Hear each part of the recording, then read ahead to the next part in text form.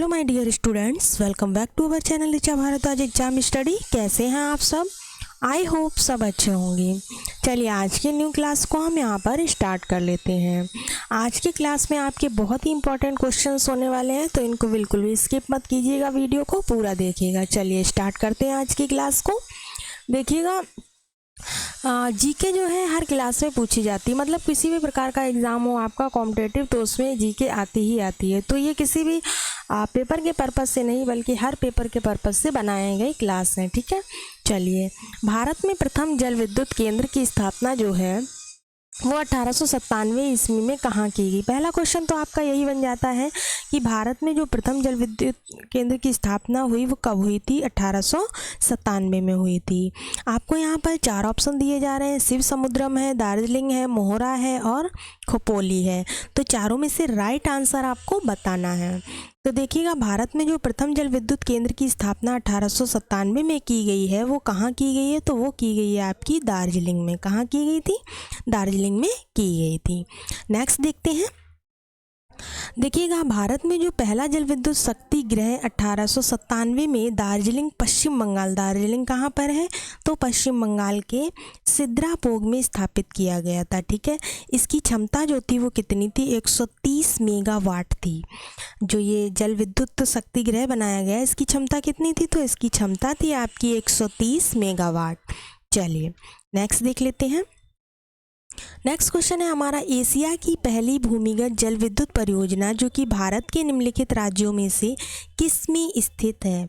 बात की जा रही है एशिया की, किसकी पूछी जा रही है? पूरे एशिया की पूछी जा रही है। पहली भूमिगत जल विद्युत परियोजना भारत के निम्नलिखित राज्यों में से किस में है तो भारत में, लेकिन किस राज्य में है ये हमें बताना है। ऑप्शन में है जम्मू कश्मीर है, हिमाचल प्रदेश है, अरुणाचल प्रदेश है, उत्तर प्रदेश है। तो देखिए, चारों राज्य बहुत ही इंपॉर्टेंट है। तो चारों में से इस क्वेश्चन का कौन सा राइट आंसर हो जाएगा? तो वो हो जाएगा हमारा हिमाचल प्रदेश।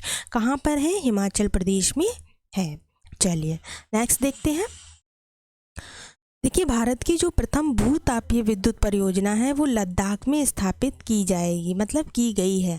लद्दाख को चांगथांग मैदानी इलाकों में लेह से 170 किलोमीटर पूर्व और चीन सीमा के निकट पुंगा क्षेत्र में प्राकृतिक गीजर की क्षमता का दोहन करने के लिए भारत की प्रथम भूतापीय विद्युत परियोजना बनेगी, ठीक है।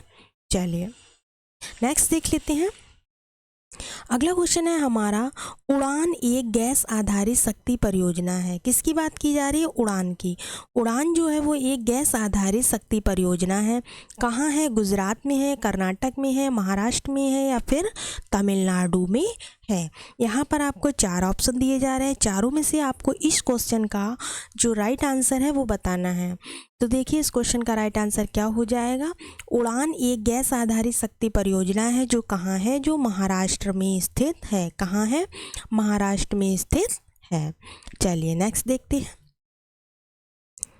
नेक्स्ट है, उड़ान परियोजना का उद्देश्य जो है वो मौजूदा हवाई पट्टियों और हवाई अड्डों को पुनर्जीवित करके देश के गैर सेवारत और कम सेवा वाले हवाई अड्डों को आपस में जोड़ना है।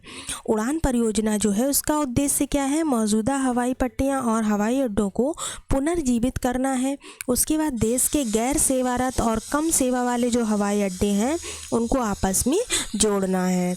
परियोजना में जो है वो 410 हवाई अड्डों या फिर हवाई पट्टियों को 2 श्रेणियों में शामिल किया जाएगा। कितनी हवाई अड्डे या हवाई पट्टियां हैं? 410 हैं, जिनमें से 394 अप्रयुक्त हैं और 16 अयोग्य हैं।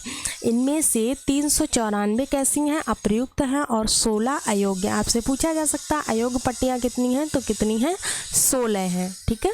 चलिए अगला क्वेश्चन देख लेते हैं। केंद्रीय जल एवं विद्युत शोध केंद्र कहाँ स्थित है? बात की जा रही है केंद्रीय जल एवं विद्युत शोध की। तो यहाँ पर 4 जगहों के नाम दिए हैं, चारों में से राइट आंसर बनाना है। खड़गवासला में या दिल्ली में या फिर जामनगर में या फिर श्रीशैलम में। तो यहाँ पर पूछा क्या जा रहा है? पूछा जा रहा है केंद्रीय जल एवं विद्युत शोध केंद्र कहाँ पर है। तो इस क्वेश्चन का राइट आंसर क्या हो जाएगा? ऑप्शन ए आपका राइट हो जाएगा, खड़गवासला में है, ठीक है। चलिए अगला क्वेश्चन देख लेते हैं। भारत में सबसे ज़्यादा जो ताप विद्युत उत्पन्न करने वाला राज्य है वो कौन सा है? भारत में पूछा जा रहा है, कहाँ पूछा जा रहा है, भारत में सबसे ज़्यादा ताप विद्युत उत्पन्न करने वाला राज्य बताना है। तमिलनाडु है, महाराष्ट्र है, बिहार है या फिर छत्तीसगढ़ है। तो चारों में से सही आंसर क्या हो जाएगा, ऑप्शन बी हो जाएगा, महाराष्ट्र है। ठीक है, चलिए अगला देखते हैं। भारतीय केंद्रीय विद्युत प्राधिकरण के आंकड़ों के अनुसार तमिलनाडु जो राज्य है वो भारत में बिजली का सबसे बड़ा उत्पादक है। इसके बाद महाराष्ट्र है, फिर गुजरात है, फिर आंध्र प्रदेश राज्य हैं। आपको देखिए चारों राज्यों के नाम याद रखने, हो सकता है तमिलनाडु ना दिया जाए, उसके बाद महाराष्ट्र दे दिया जाए, महाराष्ट्र ना दे के गुजरात या फिर आंध्र प्रदेश दे दे। तो चारों जब आपको याद होंगे तो एग्ज़ाम में आप कंफ्यूज नहीं होंगे। चलिए नेक्स्ट देखते हैं। अगला क्वेश्चन है, भारत में कुल उत्पादित विद्युत में परमाणु शक्ति का भाग कितना है। भारत में कुल उत्पादित विद्युत में परमाणु शक्ति का भाग 2% है, 3% है, 4 है या फिर 5% है। तो चारों में से जो राइट आंसर हो जाएगा वो आपका ऑप्शन ए हो जाएगा। कितना है, 2% है। नेक्स्ट देख लेते हैं। अगला क्वेश्चन हमारा है, भारत का कौन सा राज्य सौर ऊर्जा उत्पादन में अग्रणी है। बात की जा रही है भारत का कौन सा राज्य है जो सौर ऊर्जा उत्पादन में अग्रणी है। गुजरात है, राजस्थान है, हरियाणा है, उत्तर प्रदेश है। तो इस क्वेश्चन का राइट आंसर आपका ऑप्शन बी हो जाएगा। कौन सा है, राजस्थान है। चलिए नेक्स्ट देखते हैं। हिमाचल प्रदेश में मणिकर्ण में गर्म झरनों की प्राकृतिक ऊर्जा का स्रोत क्या है। क्या पूछा जा रहा है, पूछा जा रहा है कि हिमाचल प्रदेश में जो मणिकर्ण है उसमें गर्म झरना है, उसकी प्राकृतिक ऊर्जा का स्रोत क्या है। भूतापीय ऊर्जा है, बायोमास ऊर्जा है, ताप ऊर्जा है या फिर जल ऊर्जा है। तो इस क्वेश्चन का जो राइट आंसर हो जाएगा वो क्या हो जाएगा, ऑप्शन ए हो जाएगा। क्या है इसका राज, तो इसका राज है भूतापीय ऊर्जा। चलिए नेक्स्ट देखते हैं। देखिएगा, मणिकर्ण गर्म झरनों के लिए प्रसिद्ध है जो पृथ्वी को भूपर्पटी से उठने के परिणाम स्वरूप भूतापीय रूप से तापित भूमिगत जल से आविर्भाव द्वारा उत्पन्न होते हैं। गैर ज्वालामुखी क्षेत्रों में गर्म झरनों का जल इसी रीति से गर्म होता है। यहाँ एक प्रायोगिक भूतापीय ऊर्जा संयंत्र की भी स्थापना की गई है। चलिए नेक्स्ट देखते हैं। भारत के निम्नलिखित में से किन राज्यों में पवन ऊर्जा के विकास की संभावनाएं अधिक हैं।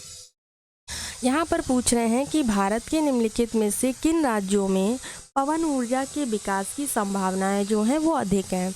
ऑप्शन दे रहे हैं उत्तर प्रदेश एवं पंजाब, बिहार एवं झारखंड में, तमिलनाडु एवं गुजरात में, राजस्थान एवं उड़ीसा में। तो देखते हैं इस क्वेश्चन का राइट आंसर क्या हो जाएगा। तो इसका राइट आंसर आपका हो जाएगा तमिलनाडु एवं गुजरात में जो है ना ऊर्जा के विकास की संभावनाएं सबसे अधिक हैं। चलिए नेक्स्ट देख लेते हैं। अगला क्वेश्चन हमारा देखते हैं। देखिए भारत में गुजरात, महाराष्ट्र, कर्नाटक, तमिलनाडु और आंध्र प्रदेश जैसे राज्यों में पवन ऊर्जा के विकास की काफ़ी संभावनाएं हैं। यहाँ पर आपको और भी राज्य दे दिए गए हैं, इनको भी आपको ध्यान में रखते हुए चलना है। चलिए नेक्स्ट क्वेश्चन देखते हैं। अगला क्वेश्चन हमारा है, भारत में विद्युत आपूर्ति सबसे पहले कहाँ शुरू हुई। बात की जा रही है विद्युत आपूर्ति की, जो भारत में सबसे पहले कहाँ पर हुई। कोलकाता में, दार्जिलिंग में, मुंबई में या फिर चेन्नई में। तो इस क्वेश्चन का जो राइट आंसर हो जाएगा वो क्या हो जाएगा, ऑप्शन बी हो जाएगा। कहाँ की गई, दार्जिलिंग में। चलिए नेक्स्ट देखते हैं।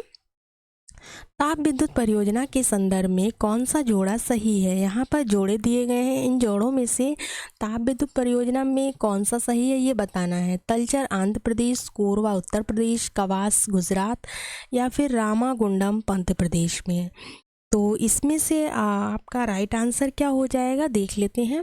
ताप विद्युत परियोजना के संदर्भ में कौन सा जोड़ा सही है, तो ऑप्शन सी आपका बिल्कुल सही है। कवास जो है वो गुजरात में है। ठीक है, चलिए नेक्स्ट देखते हैं।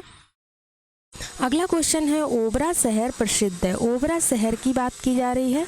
ओबरा शहर किस लिए प्रसिद्ध है? तेल शोधक कारखाने के लिए, थर्मल पावर प्लांट के लिए, स्टील उद्योग के लिए या फिर एल्यूमिनियम प्लांट के लिए। यहाँ पर आपको चारों ऑप्शन बहुत अच्छे दिए गए हैं। अब आपको इनमें से पहचानना है कि ओबरा शहर किसके लिए प्रसिद्ध है। तो आपका जो ओबरा शहर है वो किस लिए प्रसिद्ध है? थर्मल पावर प्लांट के लिए प्रसिद्ध माना जाता है। चलिए नेक्स्ट देखते हैं। अगला क्वेश्चन हमारा है, प्रथम जल विद्युत शक्ति केंद्र कहाँ पर स्थापित किया गया है? पूछा जा रहा है प्रथम जल विद्युत शक्ति केंद्र कहाँ पर स्थापित किया गया है? चंबल में, दामोदर में या मंडी में या फिर शिव समुद्रम में। तो राइट आंसर क्या हो जाएगा? जो प्रथम जल विद्युत शक्ति केंद्र है वो आपका शिव समुद्रम में स्थापित किया गया है। नेक्स्ट देखते हैं। भारत का विश्व में 5वां स्थान है। भारत में पहला जल विद्युत शक्ति गृह जो वो 1897 में दार्जिलिंग पश्चिम बंगाल के सिंद्रापोंग में स्थापित किया गया। यह भी हमने क्वेश्चन करा दिया था।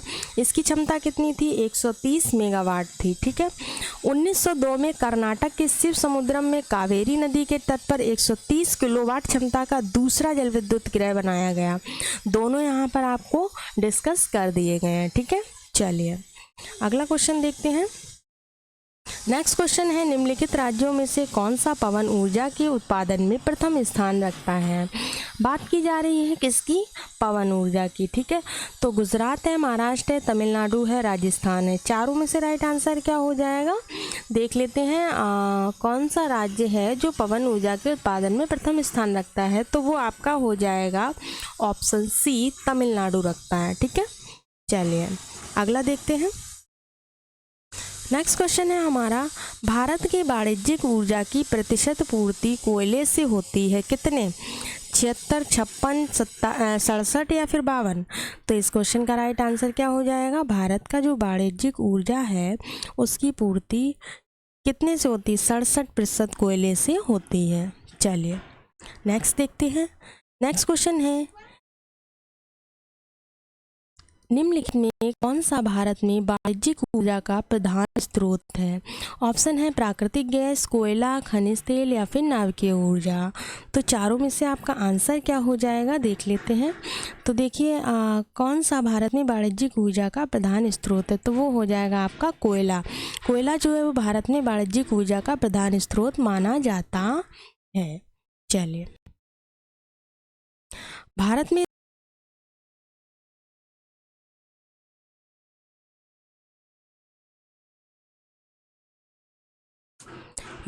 ताप विद्युत उत्पादन हेतु कोयला, खनिज तेल, प्राकृतिक गैस आदि जीवाश्म ऊर्जा संसाधनों का उपयोग किया जाता है। भारतवर्ष में वाणिज्यिक ऊर्जा का प्रमुख स्रोत जो है वो कोयला है। चलिए बच्चों, आपकी क्लास यहीं पर एंड होती है। आई होप क्लास आपको पसंद आती होगी। अगर क्लास पसंद आती है चैनल को लाइक, सब्सक्राइब, शेयर जरूर कीजिएगा। और अगर कोई भी क्लास आपकी मिस हो गई है तो आप उसको चैनल के प्लेलिस्ट में जाकर देख सकते हैं। चैनल को सब्सक्राइब करके रखिए जिससे कि आपको हर वीडियो का नोटिफिकेशन मिलता रहे। चलिए मिलते हैं नेक्स्ट वीडियो में, तब तक के लिए धन्यवाद।